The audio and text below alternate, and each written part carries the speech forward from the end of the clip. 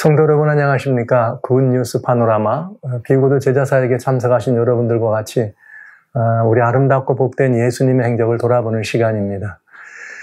주님의 은혜가 여러분 우리들의 삶에 일상적으로 함께 동행하셔서 날마다 우리의 삶이 언제든지 예수님 때문에 복되고 행복한 삶이 되시기를 간절히 소원합니다. 사실 그리스도인 생애라는 것은 우리들이 행복을 추구하는 삶이라고 하는 이런 정의가 어쩌면 어울리지 않아요. 왜냐하면 그리스도인이라고 하는 것 자체는 이미 행복을 얻은 사람인데 완전히 얻은 사람들이기 때문에 저는 가끔 그런 표현도 합니다. 주님을 아는 그리스도인들은 행복해야 될 의무가 있는 사람들이다. 왜냐하면 이미 행복의 모든 여건들을 가지고 태어난 사람들이기 때문에 그렇습니다. 이런 표현들을 여러분과 함께 또 오늘 이 시간 열어가면서 마태복음 4장에 나오는 지난 시간 침례를 받으신 이후에 예수님께서 공생애로 시작하신 이 침례, 그리고 메시아의 사역을 선언하신 그 이후로 침례를 받으신 이후에 주님은 이제 광야로 나가시는 사건이죠. 굉장히 중요한 사건입니다.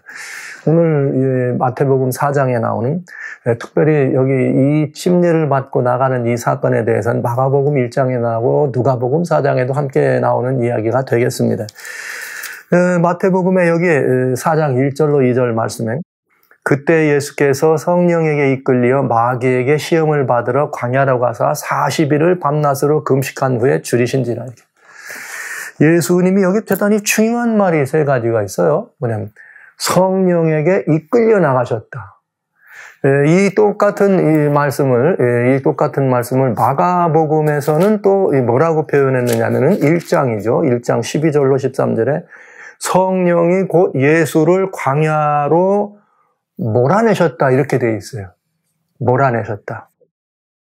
그런가 하면 누가복음에서는 똑같은 이 말씀을 뭐라고 말씀하셨는가 하면 여기 예수님이 성령의 충만함을 입었는데 요단강에서 성령의 충만함을 입어서 돌아오셨을 때에 광야에서 40일 동안 성령에 이끌리시며 마귀의 시험을 받으셨다 이렇게 되어 있습니다. 그러니까 약간 이 표현이 좀 다르죠. 그러나 뭐 같은 내용일 수 있어요. 요거를 조금 더 이렇게 모사해 보면은 예수님께서 메시아의 사역에 대한 선포를 침례를 통해서 온 정말 바라보는 유대 광야에 모여든 모든 사람들에게 이분이 메시아다. 하늘의 문이 열리면서 말이죠. 이렇게 이는 내 사랑하는 아들이다. 내 기뻐함을 입은 자다. 이런 이 선언을 들었습니다. 그런데 그때에 여기 누가는 성령이 충만함을 입어서 돌아왔다.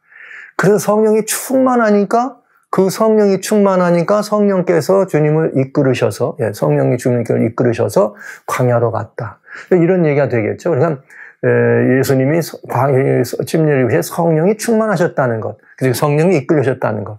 그 다음에는 마귀에게 시험을 받으러 가셨다고 하는 내용, 그리고 거기서 얼마 동안 40일 동안 줄이셨다 이런 표현이 들어있네요. 그래서 이 내용들이 여러 돌아볼 일들이 많지만 우선 중요한 건 뭐냐? 예수님이 하나님의 아들이심을 만천하에 공개하시고 예수님이 하나님의 아들 그리스도시요 메시아인 것을 지난 시간에 침례 요한의 얘기를 여러분이 말씀드린 것처럼 온 천하에 선포하시고 그 다음에 어떤 일이 벌어지는가 하면 여기 주신 말씀처럼 성령이 충만함을 입어서 광야로 나오시는 거죠. 그러면서 거기서 40일 동안 이 성령에 이끌리는 생애를 사셨습니다. 그러면 이제 우리는 먼저 이 예수님과 성령님의 이 이야기를 좀 나눠야 되지 않겠습니까? 우리 그런 말씀을 많이 하잖아요. 성삼위. 성삼인데 성삼이라고 했을 때 아버지와 아들과 성령 이렇게 표현했는데 왜 우리 주님 하나님이신데 예수님은 하나님이신데 여러분 그렇게 말하잖아요. 예수님은 하나님이신데 왜 성령이 충만하심을 입을 필요가 있었을까? 한번 생각해 볼 만하잖아요. 아주 시시한 질문이지만 왜냐하면 삼위일체 하나님을 믿는 우리들인가 예수님 독립적으로도 하나님이셔야 되는데 이러면 이제 우리는 너무나 쉬운 질문이지만 한 번쯤 이런 생각을 할 수 있죠. 예수님이 이 땅에 오실 때는 하나님이셨지만은 신성을 내려놓고 인자됨으로 오셨다. 이게 사람으로 오셨기 때문에 신성은 뭐 하실 수 없다. 사용하시지 않으시고 신성의 옷을 벗으셨다. 그렇다면 주님이 이 땅에 계실 때 인성으로만 사셨다고 하는 사실을 우리에게 보여주시려고 이렇게 하신 이 모범된 생애를 우리에게 보여줬다. 이렇게 말씀할 수 있어요. 왜냐하면 성경 속에 특별히 예를 들면 이런 경우가 있죠. 변화산의 경험이 있어요. 변화산에 올라가셨을 때는 그때는 신성이 번득이는 옷을 입으셨더니 그냥 베드로나 이 제자들이 그냥 무서워서 두려워서 그 영광의 광채를 바라볼 수가 없었습니다. 그러나 우리 주님이 이 땅에 오셔서 마리아의 몸으로 의지해서 만물의 모든 것들, 우리의 만인들을 위한 희생제물로 드리시는 어린 양으로 오셨을 때 그분은 신성의 옷을 벗으시고 인성으로만 입으셨던 거죠. 이 땅에 오셔서. 그러니까 이제 지금 예수님이 성령에 충만하셨다는 이 말씀은 신성이 없으신 인성으로만, 하나님의 아들이 인성으로만, 내가 비록 신성을 데리고 이 땅에 이 연인의 몸으로 와서 연약한 인생으로 왔지만 하나님 뭐라 해서 그래도 너는 내 아들이다, 이런 말씀을 하셨잖아요. 그러니까 주님께서는 이제 이 신성의 옷을 벗은 그 자리를 누가? 성령님께서 그 자리를 채우셔서 예수님을 이끌어 주시는 삼위 하나님의 그런 오묘를 우리는 볼 수가 있는 것이죠. 오늘 시간은 성삼위에 관한 이 말씀을 드리려고 하는 건 아니기 때문에 언제 또 그 말씀을 드릴 때가 있겠습니다만, 성령의 예수님이 이끌리셨다고 하는 이 부분에 대해서 우리는 대단히 중요합니다. 왜냐? 여러분 아시는 바대로 누가복음 1장 35절에 예수님이 마리아의 몸에 잉태하실 때도 성령이 내게 임하시고 이렇게 돼 있잖아요. 성령이 내게 임하시고. 그런가 하면 지금 침례를 받으실 때도 성령이 비둘기같이 임하시는 사건을 보셨습니다. 그런가 하면은 예수님이 이 사역에 있어서 정말 침례, 여기 이렇게 침례 받으시고 사단에게 시험을 위해서 광야로 이끌렸을 때도 지금 뭐라 그래요? 성령에 이끌렸다면 성령이 충만하셨다, 이 말씀이 되겠죠. 지난 시간에 말씀드렸으면 예수님이 돌아가실 때도 성령 안에서 하나님께 드리셨다. 그러니까 예수님의 전생에는 성령이 충만한 생이었고 성령에 이끌리는 생이었고 성령께서 예수님과 항상 뭐 하신 생이에요? 그 예수님의 생애를 온전히 성령께서 덮으신, 동행하는 그런 생이었던 것을 우리는 알 수가 있는 것이죠. 그러면 여기 이제 우리는 주님의 생애가 그렇게 성령으로 충만한 생애였다는 사실을 우리는 돌아보면서 이제 주님이 그 성령이 충만한 가운데 광야에서 40일을 머무르셨다. 근데 머무신 이유가 사단에게, 마귀에게 시험을 받으셨다. 시험 받는 얘기는 좀 뒤로 놓기로 하고요. 그러면 이 40일 동안 이 광야에서 줄이시면서 예수님이 그러실 필요가 있었는가 하는 것이죠. 예수님이 그러실 필요가 있었는가? 이런 문제 한번 생각해 볼 필요가 있어요. 그리고 성령님과의 관계에서 성령이 이끌려서 40일을 광야에 머무셨다. 네, 예수님의 40일을 광야에 머무셨다고 하는 이 말씀을 들을 때는 신성을 받으시고 인성으로 오셨기 때문에 대부분의 어떤 사람들은 그런 말을 하죠. 신성을 받으시고 완전한 인성으로 오셔서 완전한 인성이 견딜 수 있는 극한의, 인간의 말하자면 이 극한의 어떤 그 고통, 고난, 그 모든 인간의 극한 한계가 어딘지를 예수님은 보여주셔야만 했다. 그래서 그런 이야기를 하시는 분들은 그렇기 때문에 이런 말 하잖아요. 인간은 40일 동안은 금식할 수 있다. 이것이 인간의 극한 이런 경우이다. 그러면서 무슨 금식원이다 이런 데 가면 나는 40일을 금식했다 하는 사람들이 있어요. 어떤 이는 난 물만 먹었다, 나는 안 먹었다, 이래가면서. 그런가 하면 교회에도 그런 일이 있죠. 난 예수님을 본받아서 금식할 거야. 금식하며 기도할 거야. 그러면 난 40일 금식했다. 그러면 그분이 그렇게 말씀하시니까 우리는 믿어드려야 되잖아요. 어떻게 됐든지 간에. 그러면 내가 40일을 금식했다고 그러고 교회 와서 간증하면 교인들이 다 깜빡 죽습니다. 왜? 오호라, 대단한 분이네. 어떻게 40일을, 예수님이 하신 긴데. 그러면서 어떡합니까? 40일 금식했던 그 앞에 머리를 조아리고 오전에 간증 들으면 오후까지 그분 간증 들으려고 그러고 또 그 다음날도 좀 집회해달라고 그러고 집으로 모셔가지고 속으로 모아가지고 여기 와서 간증해달라고 이런 말 하잖아요. 조금 더 크면 이제 다음번에 교회 와서는 전적으로 그 얘기만 좀 해달라고 그러고 이러면서 교회 안에도 40일 금식이라고 하는 거는 굉장한 뭐가 됩니까? 의가 되고 굉장한 뭐가 돼요? 훈장이 되는 것이죠. 그래서 사람들이 금식한다 그러는데 나 3일 금식했어. 그러면 찌찌하게 최소한 열흘은 해야지. 그런데 그 앞에 누가 지나가는 거예요? 이 사람아 무슨 열흘이야? 40일 예수님은 오셨는데. 이러면 그만 또 이 꼬리를 쫙 내리는 이게 오늘날 우리 교회 현장의 일이라는 것도 우리는 아주 우세한 그런 영이라는 것도 부정할 수는 없습니다. 그러나 저희는 이 40일을 금식하시면서 40일을 주이셨다고 할 때 왜 40일이었는가는 이런 문제는 굉장히 아름다운 그리고 또 대단히 중요한 의미가 있는 40일인 것을 찾아볼 수가 있습니다. 근데 그건 우리 어디서 찾아볼 수 있는가 하면 성경 속에는 뭐 이 40이란 말이 많이 나와요. 그래서 사람들은 뭐 이 모세가 광야에서 40일을 금식했다. 무슨 뭐 이스라엘이 무슨 뭐 정복하기 위해서 광야를 정탐하는데도 40일을 정탐했다. 또 뭐 이런 그런 뭐 해가면서 40일 많이 얘기하잖아요. 그래서 우리도 40일을 본받아 가지고 뭔가 기도 주간도 40일 기도를 한다. 뭐 이런 얘기 많이 합니다. 이 성경에서 그런 걸 따라 가지고요. 뭐 열심히 또 잘 해보려고 하고 또 충만하려고 하는 그런 그 마음의 소원이기 때문에 뭐 그거에 대해서 우리가 뭐라고 말씀드릴 수는 없습니다. 그러나 예수님의 40일은 적어도 굉장히 중요한 의미가 있다는 거죠. 아니 그리고 실제로 인성으로서 우리가 견딜 수 있는 극한의 이런 그 줄임이 어디까지인가. 뭐 또 모본이라고 얘기하면 뭐 그것도 뭐 부정하지 않아도 될 이야기입니다만은 그러나 그런 의미보다는 더 중요한 의미가 있다는 것이죠. 그건 뭘 보면 알 수 있는가. 여기 하나님께서 모세에 관련된 이야기를 우리한테 해 주십니다. 근데 여기 주님 말씀하시기를 신명기에 보면은 어떤 이 표현들이 있는가 하면은 신명기 18장 5절에 보면은 예수님에 대해서 모세가 뭐라고 얘기를 하는가 하면 이렇게 말을 해요. 신명기 18장 15절에 내 하나님 여호와께서 너희 중 내 형제 중에서 나와 같은 선지자 하나를 너를 위하여 일으키시리니 너희는 그를 들을지어다. 근데 이 나와 같은 선지자라고 한 이분이 누구셨느냐?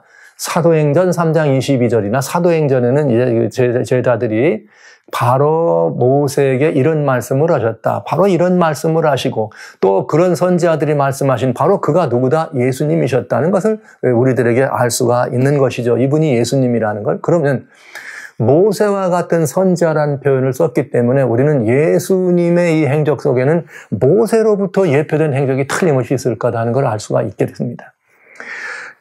근데 이 성경에 보면은 출애굽 24장과 출애굽 34장에 이 24장과 34장에는 어떤 말이 있는가 하면 모세에 관한 이야기가 두 번 같이 이야기가 등장하는데 이스라엘 백성들이 광야에서 나와서 시내산까지 들어갑니다. 근데 시내산에 들어갈 때에 3월이 됐어요. 그러니까 2달에 걸쳐서 광야길을 걸어가지고 어디로 간 거예요? 시내 광야에 들어간 것입니다. 그 시내 광야에 들어간 다음에 3일 동안 정결하게 하도록 한 다음에 하나님이 율법을 반포하시기 위해서 모세를 올라오라 하시죠. 그때 여기에 출애굽기예요. 하나님 말씀 출애굽 24장에 보면은 출애굽기 24장에 보면 18절입니다. 24장 18절에 보면은 모세는 구름 속으로 들어가서 산 위에 올랐으며 40일 40야를 산에 있으니라. 여러분 모세가 얼마 동안요? 40일을 모세가 머물러 있었습니다. 네, 그러면서 여기에 이렇게 이 모세는 산 위에서 여호와의 영광이 불같은 여호와의 영광을 바라보면서 40일 동안 모세와 하나님과 함께 머물면서 하나님이 마련하신 돌판에 하나님이 직접 기록해 주신 10계명을 이게 말이죠. 우리는 10계명을 언약을 받아가지고 내려오는 일이 벌어져요. 그래서 내려왔는데 이 백성들이 40일 동안 모세가 보이지 않으니까 그러니까 2달 만에 40일 동안 안 보이니까 두려움도 있었겠죠. 광야로 나오면서 유대 백성들이 이 아론의 이렇게 대제사장 아론한테 쫓아가서 아직 뭐 대제사장도 아니지만 모세형 아론한테 가가지고 말이야 40일 동안 안 오는데 우리 말이야 이게 다 여기서 죽이려고 하니 우리 다시 돌아가자 하니까 어떻게 하면 좋노 해가지고 금부치를 빼놔가지고 뭘 만듭니까? 이 금송아지를 만들어 조각하고 금송아지에게 경배하는 사건이 벌어집니다. 그래서 모세가 40일 만에 내려와가지고 하나님이 주신 그 돌판을 그냥 너무 분해가지고 팡 내려쳤어요. 그렇게 하고 이제 그 돌판을 그렇게 한 다음에 내려가가지고 금송아지를 다시 불에 던져서 녹여서 가루로 빻아가지고 모든 사람들이 먹게 하는 말이죠. 이렇게 하면서 아주 치명적 범죄에 저지른 유대 백성들이 향해서 진노하는 모습이 보이죠. 그래서 이제 이 백성들이 그렇게 됐을 때 모세는 다시 하나님께로 올라가요. 그래서 다시 또 40일을 하나님과 함께 머물러 있는 거죠. 이게 출애굽 38장 얘기입니다. 이번에는 출애굽 38장에 보면 또 어떤 일이 34장. 아까 건 24장 18절, 이번엔 34장 여기 28절에 이렇게 나와요.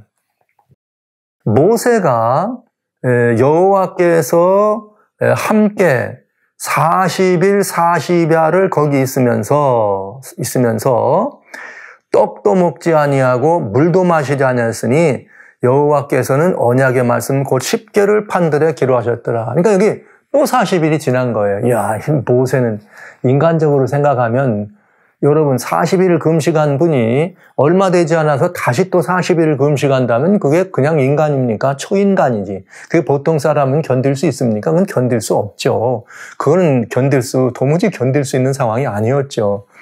그런데 모세는 그런 상황까지 간 것입니다. 여기 보면 이런 말이 있어요. 모세는 첫 번째 그렇게 내려왔을 때 백성들을 보고 진노한 모습으로 돌판을 깨뜨려. 두 번째 모세가 40일 동안 하나님과 보고 나왔을 때는 이스라엘 백성들은 그 두 판을 가지고 들어왔을 때 모세의 얼굴을 바라볼 수가 없었어요. 주님의 영광이 너무 빛나가지고 두려워서. 이거 마치 뭐가 된 거예요? 하나님의 영광을 보듯이 모세의 얼굴에 있는 영광을 볼 수가 없었습니다. 이야, 하나님과 함께 하나님의 영광의 불꽃에 잠겨서 40일 있었던 모세는 사람들이 그를 쳐다볼 수도 없어서 수건을 둘러매라 이런 이야기를 하게 된 것이죠.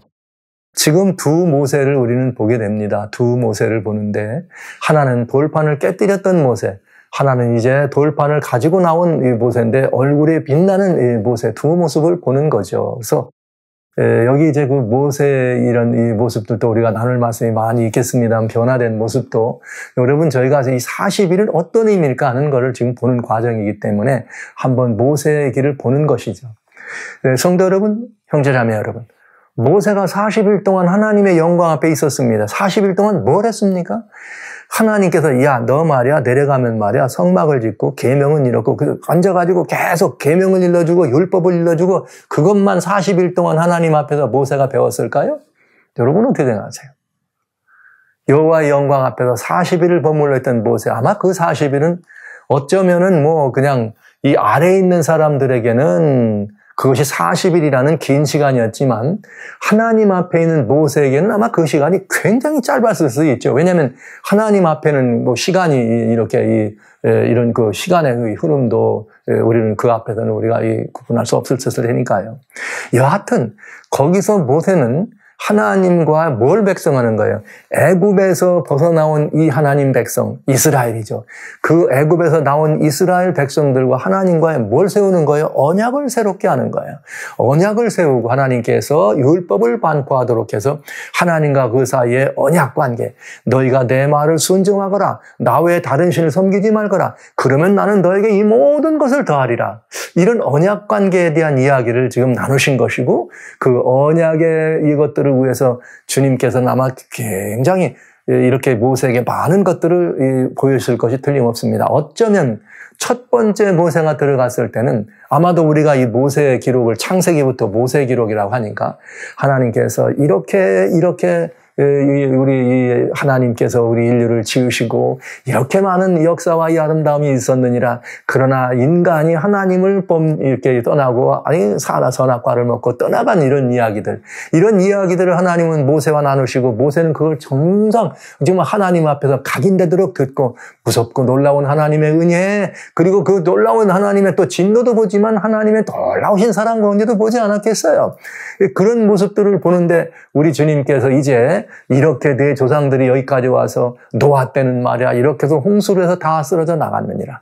그리고 이제 이 아브라함과 내가 이 언약을 세웠고 그 언약이 지금까지 유효하고 이제는 너에게 그 모든 구전되던 언약이 아니라 너에게 내가 구체적으로 언약의 증서를 직접 주마. 이번에는 말로만 하는 언약이 아니고 하나님이 직접 언약의 증서를 써가지고 너는 나의 다른 신을 내게 잇겨지 말거라 이러면서 하나님과 모든 인생과의 관계 그 다음에 인생들과의 관계에서 어떻게 하나님은 우리를 사랑하시고 하나님과 우리는 어떤 관계이며 우리는 어떻게 살지를 보여주신 거죠. 그래서 그게 언약 언약이죠. 이 증거의 돌비를 모세에게 이렇게 이제 기록해 주신 그 기간을 바라보면서 야, 모세는 뭘 봤을까요? 하나님의 그 위대하신 영광을 보았을 뿐만 아니라 하나님의 놀라우신 사랑을 보았겠죠. 그러나 앞으로 너희가 이제 하나님의 아들 메시아가 와서 이렇게 할 거다. 앞으로 이 언약대로 너희가 잘 지키면 약속대로 메시아가 와서 이렇게 될 거다. 이 모든 걸 보여준 거죠. 그러니까 성소를 보여줄 때는 바로 이 어린 양이 바로 메시아를 의미했다. 대제사장이 바로 메시아를 의미했다. 다 보여줬겠죠. 그러면서 모세는 정말 이 구속의 모든 것들에 각인된 마음으로 내려왔어요. 내려왔는데 내려오자마자 모세의 머릿속에 뭐가 탁 들었을까요? 첫 조상 아담은 말이야. 그 영광스러운 하나님의 모든 걸 받았는데도 선악과를 똑 따먹더니 내가 40일 동안 안 보여서 이 어마어마한 역사 속에서 이 백성이 끌려나왔는데 이렇게 해방된 이 민족이 그새를 못 참고 우상에게 말이죠. 사단에게 돌아간 모습을 보면서 모세는 진노할 수밖에 없었던 거죠. 그러니까 하나님의 사랑과 하나님의 사랑을 배신한 인생들을 보고 그들과 사이에서의 언약의 법을 받았던 모세는 그 모세가 받았던 그 언약법이 그들의 마음에 십계명이 들었을 때 백성들의 그런 배도한 모습은 견딜 수 없는 이 말하자면 진노한 이 모세를 우리들에게 보여줬다고 생각할 수가 있겠습니다. 그래서 모세는 다른 것이 아니라 그냥 돌판을 깨뜨려 버릴 수밖에 없는 그런 상황까지 간 것입니다. 그런데요. 이번에는 진노한 그런 모세, 하나님의 위대한 사랑을 거절한 백성들을 향해서 진노한 모세. 그런데 이번에는 모세와 하나님과의 만남이 이젠 그 만남이 아니었어요. 뭐냐면 모세는 알고 있었거든요. 하나님과의 언약이 깨지면 어떻게 되는 걸 진멸할 거를 알았던 거죠. 그래서 모세가 하나님 앞에 가서 한 일이 뭐예요? 쌀쌀 비르는 거죠. 하나님, 이 백성들 어떻게 하시려고요? 여기까지 끌고 나왔는데 다 죽어야 합니다. 주님의 계명대로 따지면 다 죽습니다. 그런데 이 사람들을 이렇게 다 죽이면 하나님 이렇게까지 모세 여기서 이 백성 데리고 나와가지고 광야에서 죽였다고 안 되겠습니까? 그러니 하나님이 이들을 죽이지 말고 차라리 나를 하나 죽이면 어떻겠습니까? 와우! 여러분, 온 이스라엘을 대신해서 나를 죽여주세요. 이분이 누가 이런 일을 했죠? 온 인류를 위해서 내가 죽겠다고 하면 누구 얘기예요? 예수님 얘기인 거죠. 모세가 바로 나와 같은 선지자라고 하는 바로 그 마음을 거기서 하나님 앞에 대언한 거죠. 야, 그러면서 하나님의 그 위대한 사랑이 모세야, 내가 너를 봤더니 그렇게 할 수 있어요, 없어요? 모세를 안 죽여. 알았어. 그러면 이번엔 내가 용서할게. 그랬더니 모세가 뭐라 그래요? 그것만 아니에요. 우리가 저기 들어가는데 하나님 꼭 같이 가셔야 돼요. 모세가 더 떱니다. 야. 그 하나님의 진노를 멎게 하시고, 진노를 어떻게 하시고, 감추시는 그 하나님. 그러면서 그 하나님이 자기는 영광 중에 머무는 하나님 진노의 모습을 안 봐는 이번에는 누구를 보느냐면 하나님께서 하나님 영광을 보여주세요. 그 영광의 의미를 좀 더 알고 싶었겠죠. 그랬더니 야, 내 영광을 보면서 할 수가 없어. 그런데 너가 원하니까 내가 선한 형상을 내게 보여줄 거야. 그러면서 출애굽 34장에 무슨 일이 벌어져요? 16절부터 하나님께서 모세를 어떡합니까? 이렇게 그 바위 틈에 놓고 하나님의 손으로 덮으신 다음에 하나님의 선한 형상을 쫙 뒤로 돌아가시면서 뒷모습만 보여주는 거죠. 그 형상이 누굽니까? 예수 그리스도. 이야, 놀라운 이야기입니다. 그러면서 여호와로라 이렇게 하면서 이렇게 하나님의 지나가신 걸 반포하시면서 여호와의 선한 형상을 봅니다. 왜요? 왜 그분이 예수님이냐고요? 여기 히브리서 1장에 뭐라고 돼 있어요? 우리 주님께서는 아버지 영광의 광채의 그분의 형상이라고. 골로새 1장에 뭐라고 돼 있습니까? 주님은 본체의 형상이요. 영광의 뭐예요? 그 놀라운 이 광채의 형상, 주님의 본체의 형상이라고. 이렇게 돼 있잖아요. 예수님이. 그러니까 예수님이 바로 그 앞에 여호와라 이름을 선언하시고 지나가신 분이 분명한 거죠. 그때 주님의 모세는 찬란한 영광 속에서 진노하시는 하나님을 본 게 아니라 은혜롭고 자비롭고 노하기를 더디하고 인자와 자비를 몇 대까지 은혜를 1000대까지 베푸시는 그 하나님을 본 거죠. 그 놀라운 영광의 하나님을 그가 대면했을 때 그는 다시 내려와가지고 사람들이 그 사랑의 하나님의 영광을 대면한 그 모세를 봤을 때는 이건 성품의 하나님이에요. 사람들은 그 영광이 빛나는 모세를 보면서 더 이상 할 수 없었던 것을 바라볼 수 없어서 수건을 둘러싸라는 걸 본 것이죠. 그러니까 이스라엘 해방된 민족과 하나님과의 관계를 새롭게 하고 그 관계 속에 있는 언약, 그 언약이 사랑의 언약이라고 하는 사실을 모세는 어떻게 한 거예요? 이 40일 동안 그에게 하나님이 보여주시고 하나님 가지고 내려오신 것이죠. 그러니까 이 증거판이다 10계명이라고 하는 거는 10계명이니까 법은 번역이지만 이게 무슨 법이냐? 사랑의 법이었다는 사실을 모세는 알게 됐죠. 분명히. 그런데 그 모세와 똑같이 예수님은 이제 침례를 받으시면서 인성의 모든 이것을 온전히 입으시고 침례를 받으시면서 너는 하나님의 아들이라는 사실을 선언하신 다음에 예수님은 어디로 올라가는 거예요? 광야에 나가서 호렙산에서는 하나님의 산이 아니라 광야에 끌려 나가서 하나님과 함께 이렇게 지난 40일 동안을 모세는 어떻게 해야 됩니까? 예수님 어떻게 하는 거예요? 지내시는 거예요. 그런데 그 옆에 누가 있는 거예요? 하나님과 함께하는 그 40일 성령에 이끌려서 모세가 했던 그 놀라운 하나님과의 언약, 즉 이건 뭐냐? 이제 예수님이 하실 일은 뭐냐면 온 인류를 죄라고 하는 애굽에서 해방시켜야 될 일을 하시는 것입니다. 유대 백성들을 애굽에서 데리고 나온 하나님이 모세와 40일을 하나님의 산에서 언약을 새롭게 한 것처럼 새 언약의 주인공으로 우리를 불러내시기 위해서 예수님은 어떻게 하신 거예요? 40일을 광야에서 성령에 충만해서 이 광야로 끌려가신 거죠. 이끌려가신 것입니다. 그런데 모세와는 달리 거기엔 누가 있었던 거예요? 하나님과 있을 때 그 옆에 누가 예수님을 시험하는 거예요? 사단이 예수님을 시험하는 상황을 우리는 보는 것입니다. 자, 그러면서 그 시간이 40일이었다고 하는 것입니다. 굉장히 놀라운 이야기입니다. 사단의 시험이나 마귀의 이야기는 이제 왜 그랬는지는 이제 다음 조금 뒤에 보기로 하고요.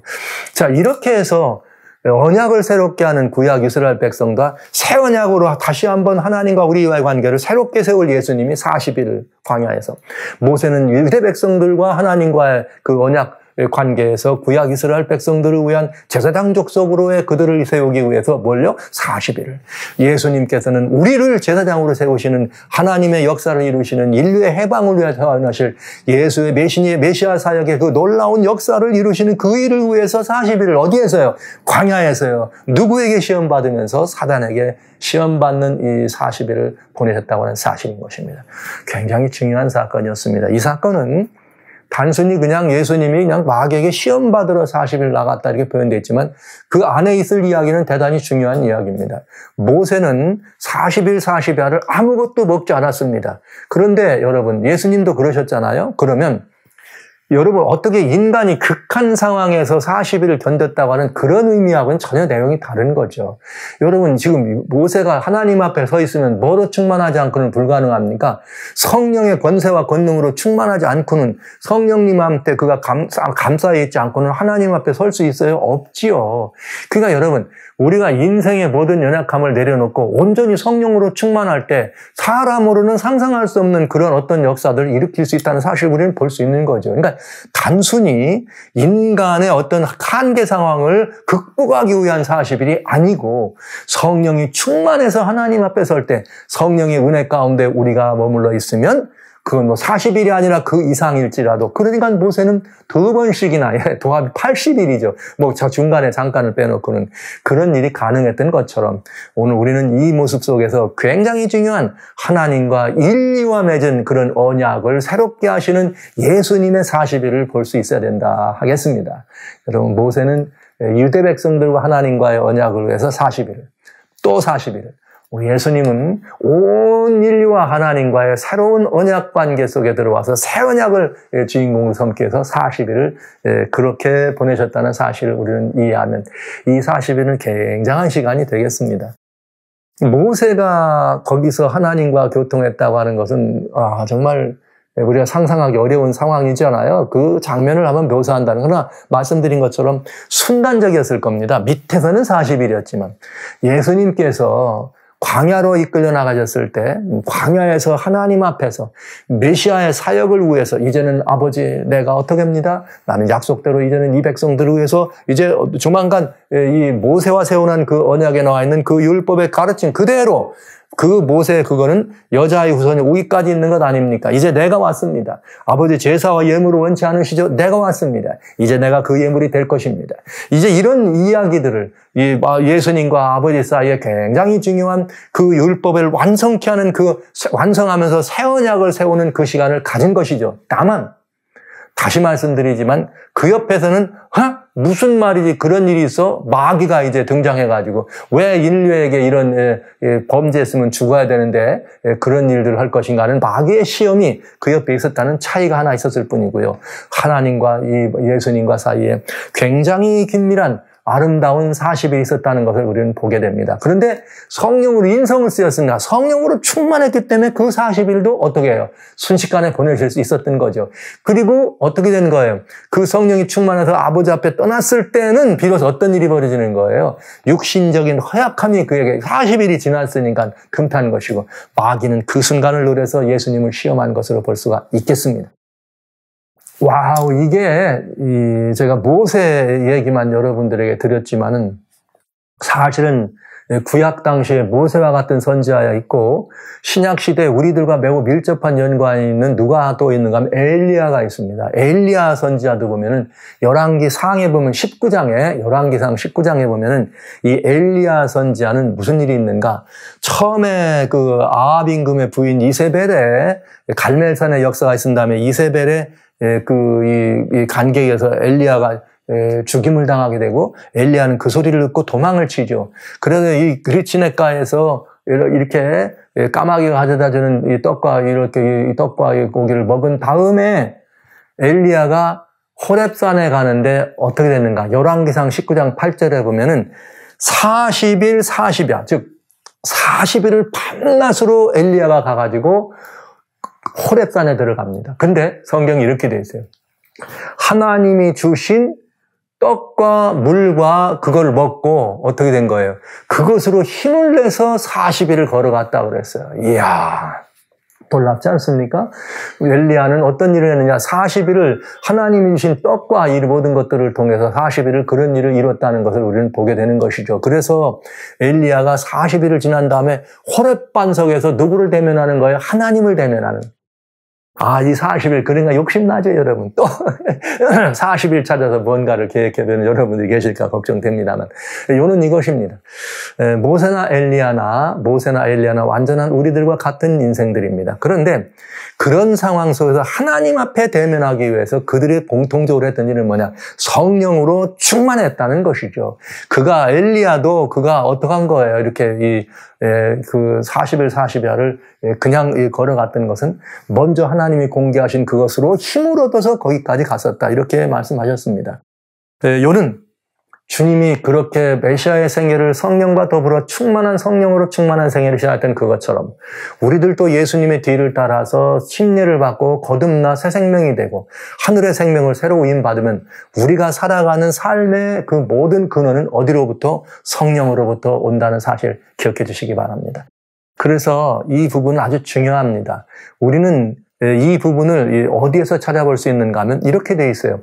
우리 주님께서 우리들에게 이 말씀을 주셨어요. 뭐라고 말씀하셨는가 하면 사도행전 19장에 보면 특별히 이 고린도에 있을 때 이렇게 이 아볼로 제자들이 있을 때 무슨 일이 나오는가 하면 이 바울이 갔더니 거기에 제자들이 있어요. 그래가지고 그 침례를 받은 사람들이 있습니다. 이게 사도행전 19장에 나오는 이야기입니다. 그래가지고 19장에 보면은 이렇게 바울이 거기에 이렇게 뭐라고 물어보는가 하면 너희가 침례도 받았어? 그래? 그럼 침례 받을 때 네가 성령 받았냐? 이렇게 물어봐요. 그랬더니 우리는 성령인 걸 알지도 못했습니다. 그래서 바울이 물어봐. 그럼 너희가 무슨 침례 받았냐? 우리 요한의 침례를 받았습니다. 회개. 그랬더니 이 바울이 No.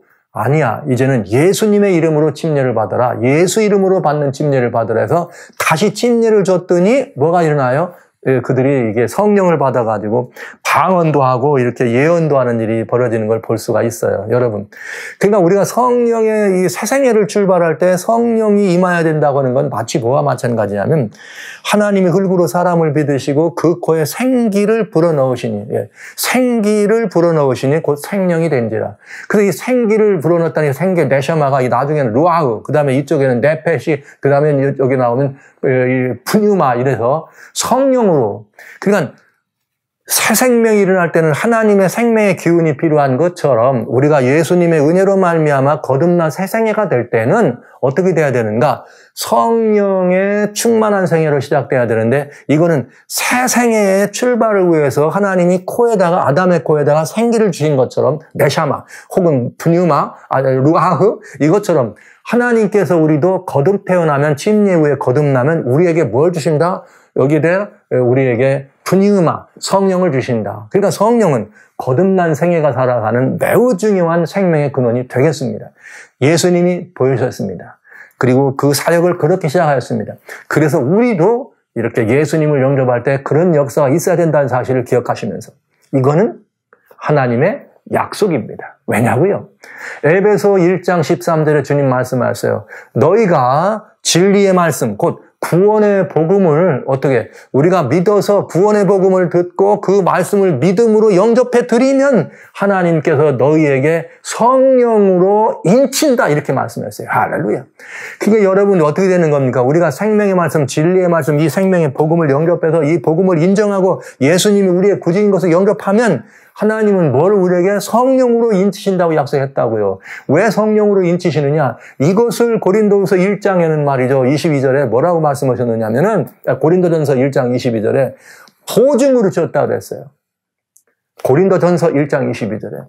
왜 우리에게 성령으로 인을 치시느냐? 그것은 무엇로? 구원에 대한 보증으로. 하나님의 실행한 새로운 생명에 대한 약속으로 주었다고 얘기한 것입니다.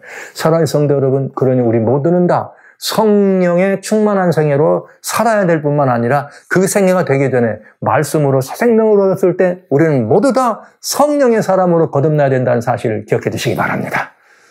네, 이제 저희는 예수님이 40일을 왜 보내셨는지에 대한 이야기를 들었습니다. 광야로 이끌리실 때 성령으로 충만하고 이끌렸다는 사실을 이해했습니다. 그것처럼 우리도 그렇게 성령으로 충만하고 성령으로 이끌리는 생애로 그렇게 이 성령으로 인쳐진 생애를 살도록 결심해 주시기를 주의 이름으로 축원합니다.